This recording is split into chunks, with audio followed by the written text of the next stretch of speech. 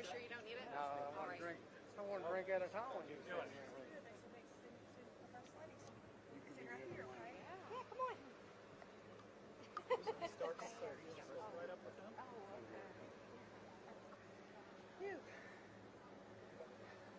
Sorry we didn't have any. If you will gather round, we'll have a short program.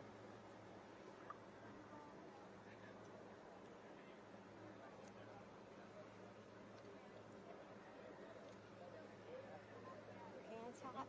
Let me pour some water on their hands.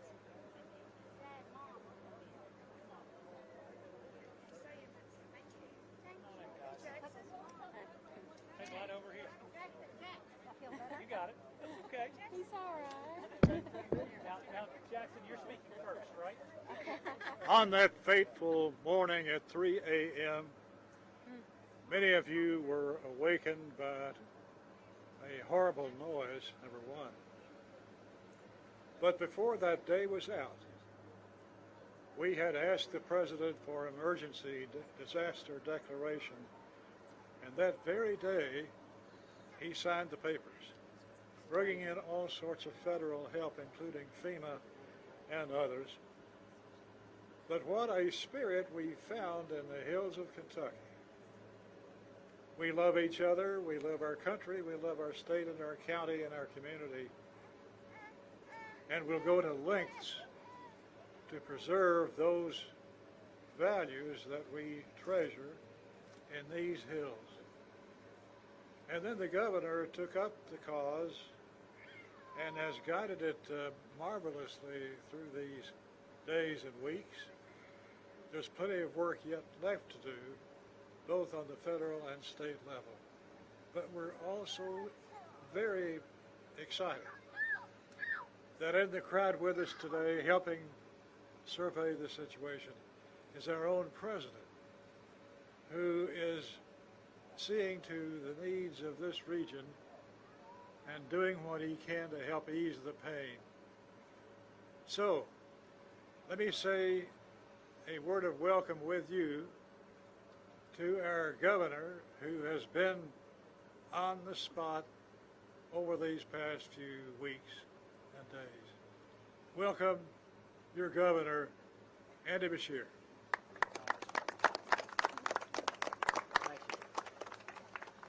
Thank you to Congressman Rogers, who has been a fierce advocate for Eastern Kentucky for so many years.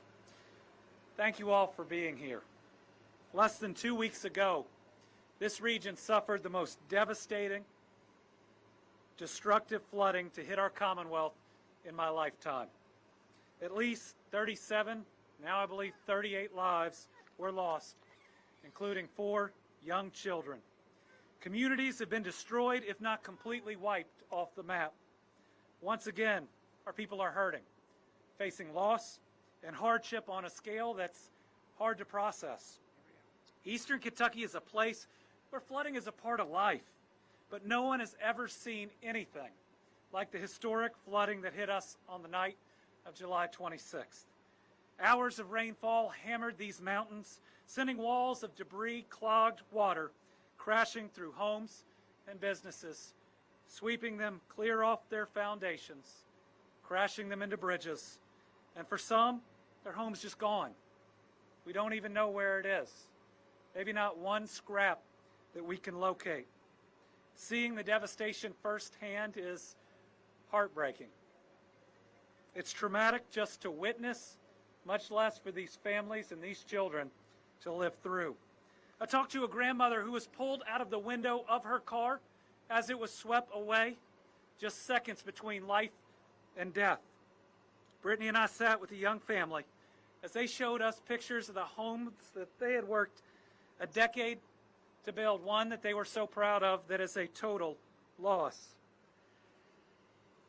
And as I stood at the site where we lost those 4 children, nothing remains of that house but a little plastic swing is still sitting in the back where they would push 1 or 2 of those children, the oldest of which was in 2nd grade.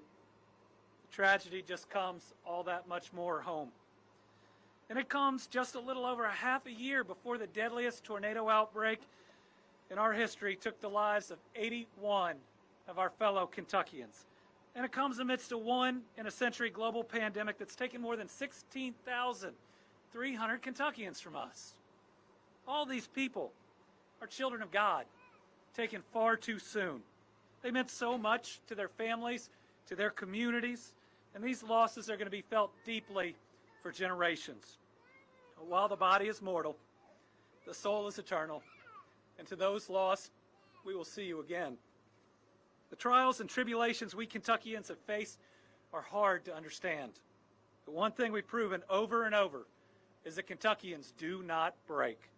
We may get knocked down, but we don't get knocked out. Just look at the families right here and the families over there, hugging on the ones they love.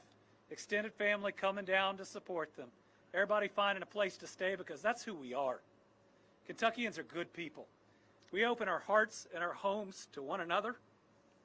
And while this continues to happen to us, maybe it's because we can take it, because of how we lean on one another in times of need. No red or blue, no D or R. Just Kentuckians looking out for Kentuckians. My visits here last week reminded me of the wise words of the late Fred Rogers, Mr. Rogers. When tragedy strikes, he said, look for the helpers. You can always find the people that are helping. Everywhere I look, helpers are stepping up. That is who we are. It's what we do when the stakes are life and death. Here in Kentucky, during tough times, we open our hearts and our homes to one another. Jeremy Creason is a fire chief in Mayfield.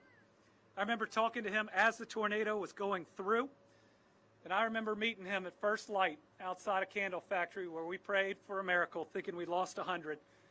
Thankfully, we'd only lost 13. It was just the other day I was talking to Mayfield Mayor Kathy Onan. She was telling me Jeremy Creason had loaded up his ambulance and was driving right here to Eastern Kentucky, despite, if you looked around his community, so much work still to be done. She told me that Jeremy asked to pass a message on. He said the people of Eastern Kentucky and the world was there when Western Kentucky needed it. And you could bet that Western Kentucky was coming to Eastern Kentucky in their time of need.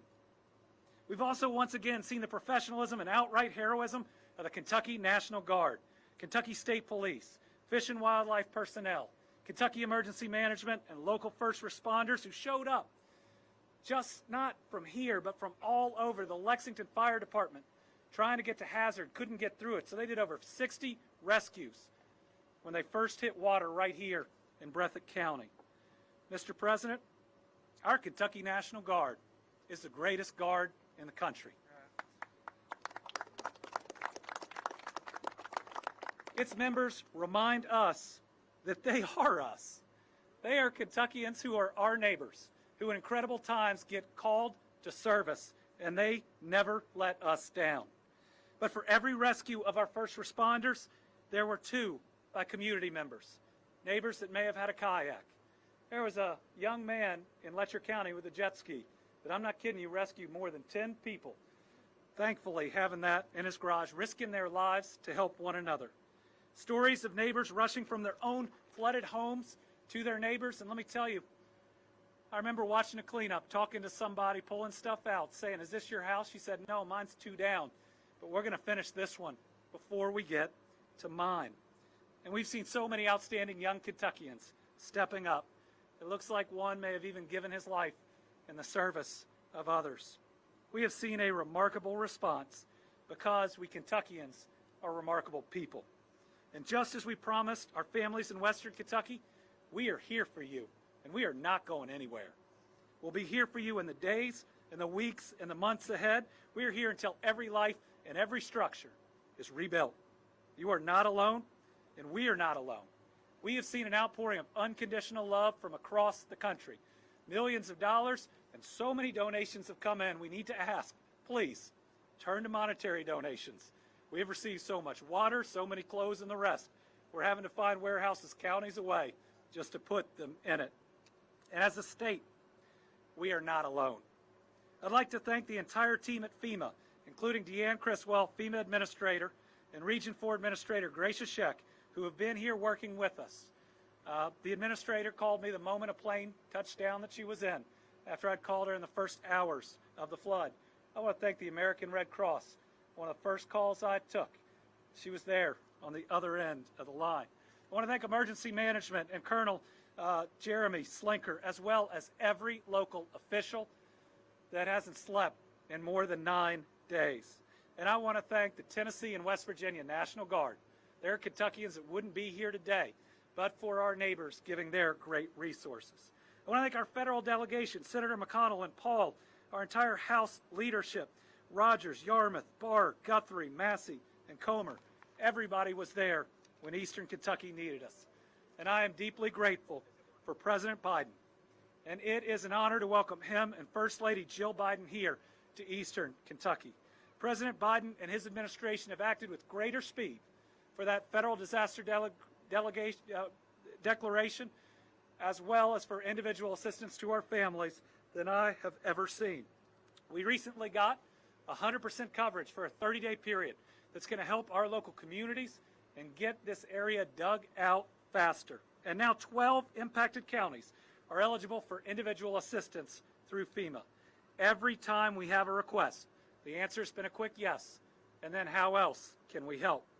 On behalf of the Commonwealth, Brittany and I are grateful for that partnership and the attention and love that you have shown for our people. But I have one more important ask for what else can we do? In Western Kentucky and across the country, and we've had this discussion, too many people are being denied by FEMA for technicalities, and too little is paid to those that get through the system. The people of Eastern Kentucky have lost everything. Most just have the clothes left on their back. No insurance, no other coverage. Now is the time to fix this issue, and because of this president, FEMA is doing things to help our people right here, right now, that we have never seen done before, and we know under his leadership it'll continue. I want to thank everybody in FEMA for adapting with us as our people desperately need it. In these times, even more than most, we Kentuckians lean on our faith. I believe we see God in the response, and that's a good thing because we have so much more to do for the people here. In the book of Joshua, God says, "Be strong and courageous. Do not be frightened. Do not be dismayed, for the Lord God is with you wherever you go." In the book of Jeremiah, we're told, "For I know plans I have for you, declares the Lord, plans to give you peace, not disasters, plans to give you a hope and a future." To the people of Eastern Kentucky, we love you. We're going to be here with you. And this President and First Lady are here today to show that you matter to them. Now I'd like to introduce you to a President who has been there in times of disaster each time we've called and is making things happen that we have never seen before, President Joe Biden. Well, thank you very much. Folks, I was going to give more formal remarks, but can y'all hear me? Is this on? You know, I got to meet several families. Got to meet the family back here on this side of the road to see what's happened to their properties, their trailer, everything they had, and how they come together. No complaining, just getting up and going to get it done. And I walked across the road, another family. One family, gentleman, his trailer is all the way up at the other end of the property, gone. And you know what? When I started talking about what we could do, he said, well, you know, we Kentuckians don't want to ask for too much. Catch this. We don't want to ask for too much. We're used to having neighbors help us out. We don't know that the rest of y'all, everybody else should be doing this. I said, you're kidding me. Not seriously, what are you talking about? And to point it out that, here's the deal. It is true that the people here in this community in Western Kentucky and the folks I met in the tornado, they're not just Kentuckians, they're Americans. They're Americans. This happened in America. American problem. And we're all Americans. Everybody has an obligation to help. We have the capacity to do this. It's not like it's beyond our control. The weather may be beyond our control for now, but it's not beyond our control. And I promise you, we're staying, the federal government along with the state and county and the city, we're staying until everybody's back to where they were. Not a joke.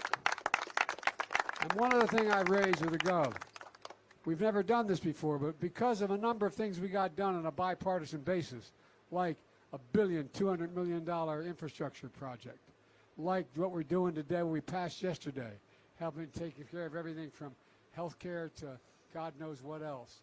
What we're going to do is we're going to see, for example, if they got to put a new water line in a community, there's no reason why they can't at the same time be digging a line that puts in a whole new modern line for internet connections. Why? Why can't we do that? So this is going to be different. We're going to come back better than before. And I really mean it. That's the objective I have. Not come back to what we were before, come back to better than we were before. And I mean this, Gov, and you know I mean it. And I'm confident with your leadership we can do it. Along with the we call them county executives where I'm from, but from the judge here. I'm finding this is something that we can all do. We can get this done. Because we're the only country in the world that has come out of every major disaster stronger than we went into it. We got clobbered going in, but we came out stronger. That's the objective here. It's not just to get back to where we were, it's to get back to better than where we were. And we have the wherewithal to do it now with the legislation that's been bipartisanly passed. So I don't want any Kentuckian telling me you don't have to do this for me. Oh yeah, we do. You're an American citizen. We never give up. We never stop. We never bow. We never bend. We just go forward. And that's what we're going to do here. And you're going to see. And I promise you, the bad news for you is I'm coming back because I want to see it. Thank you very much. Am I supposed to introduce you, Judge? I think you're it. That's it. You're a man. All right, now we're all going to run laps around. But all kidding aside, thank you, thank you, thank you, thank you.